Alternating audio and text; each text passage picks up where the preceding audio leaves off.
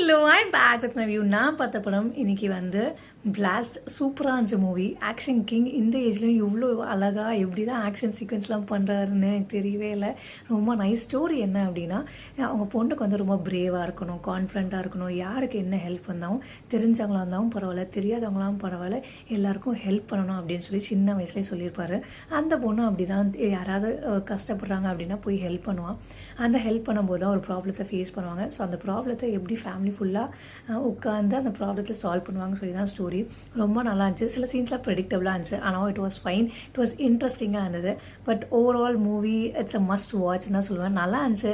ஃபேமிலியோட உட்காந்து பார்த்து, no romance and no love sequence, ஒரு காமெடி இல்லை. பட் மூவிஸ் ரொம்ப இன்ட்ரெஸ்டிங்காக இருந்துச்சு. ஃபுல் ஆஃப் ஆக்ஷனாக இருந்தாலும் பார்க்க நல்லா தான் இருந்தது. ஸோ மஸ்ட் வாட்ச்னு நான் சொல்லுவேன். Catch you with another update. Bye bye. See you. Check out. Do follow the page. Happy weekend.